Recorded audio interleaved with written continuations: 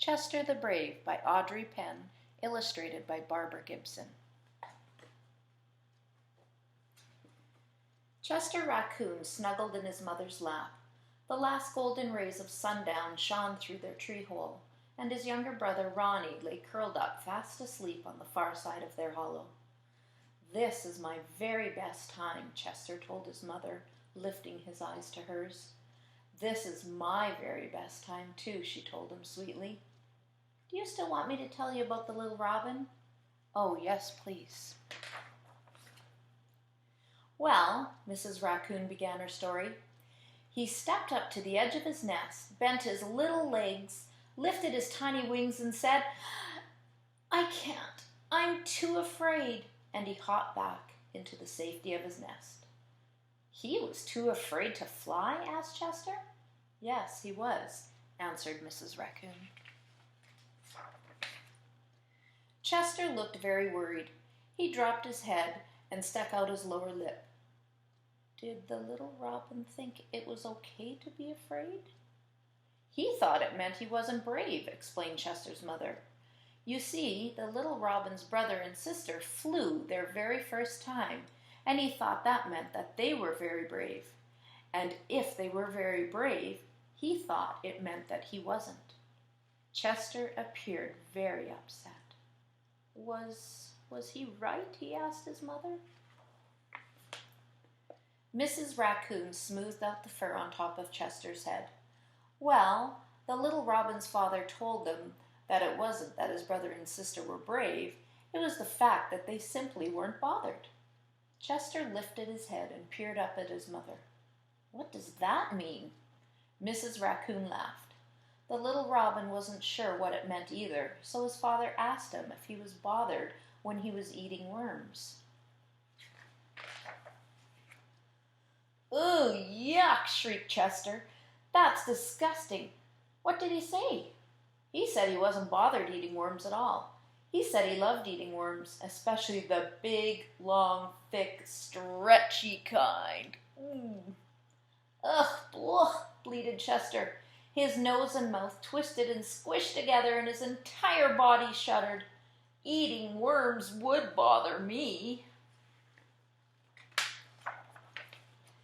Mrs. Raccoon nodded. "It would bother me too," he confessed. Then the little robin's father asked him if he was bothered when he was singing, and the little birdie began tweeting and said he wasn't bothered when he was singing at all. "Singing is a lot better than eating worms," grimaced Chester. "I agree," said Mrs. Raccoon. Then the little bird's father told him that being brave wasn't about flying when he wasn't bothered to fly. Being brave was about flying when he was bothered to fly, but found the courage to fly anyway because he knew that he must.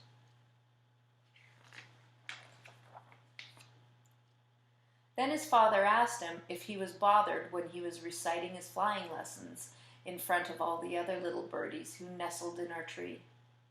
The poor little robin got all aflutter. He hopped up and down and flapped his wings just like he did the time the skunk sprayed our tree from down below. The little robin said that reciting his lessons in front of all the other birds was the worst thing he had ever had to do in his whole entire life. Suddenly, Chester began to tremble, and he nestled deeper into his mother's soft, comforting arms.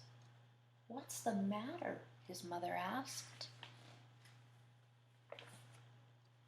"Reciting lessons in front of the other animals at Owl's teacher's school is the worst thing I ever have to do in my whole life, too," he whimpered. "Is that so?" asked Mrs. Raccoon. She gave Chester a reassuring hug and then took his tiny hand in hers and gently kissed the center of his palm. "Shall I tell you what happened to the little robin? Or would you rather jump on top of Ronnie and wake him up for school?" Chester giggled. "I want to know what happened to the robin."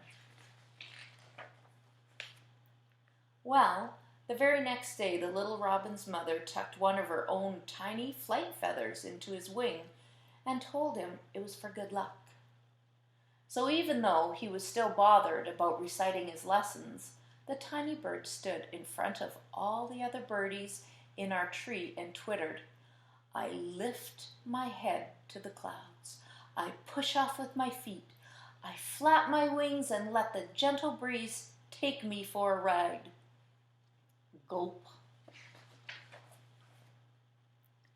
And while he was still afraid to fly, he found the courage he needed and said to himself, "I am very brave."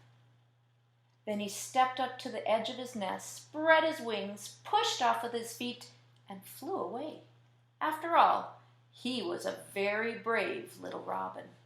"Hooray!" clapped Chester. "Do you know what I think being brave is?" asked Mrs. Raccoon. Chester shook his head. "I think being brave is about 3 little words. Think, tell, do. If you think you can't, tell yourself you can, and then do it." Mrs. Raccoon lifted Chester's hand. "Can you see my kiss in your palm?" Chester laughed. "Well, no." "Well, you know it's there, and it's for luck, just like the robin's little feather." Chester jumped off his mother's lap, bent his knees, opened his arms, and yelled, "I am very brave."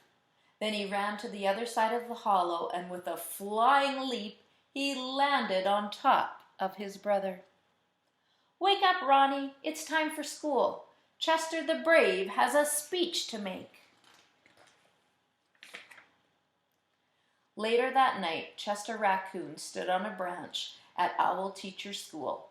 He remembered what his mother had said. Think, tell, do. If I think I can't, I tell myself I can, and I do it. And he found the courage he needed to tell himself, "I am very brave." Then he opened his hand, and there in the middle of his palm was his mother's gentle kiss for good luck. And even though Chester was still the tiniest bit afraid, he recited his lesson in front of all the other animals. After all, Chester is a very brave little raccoon.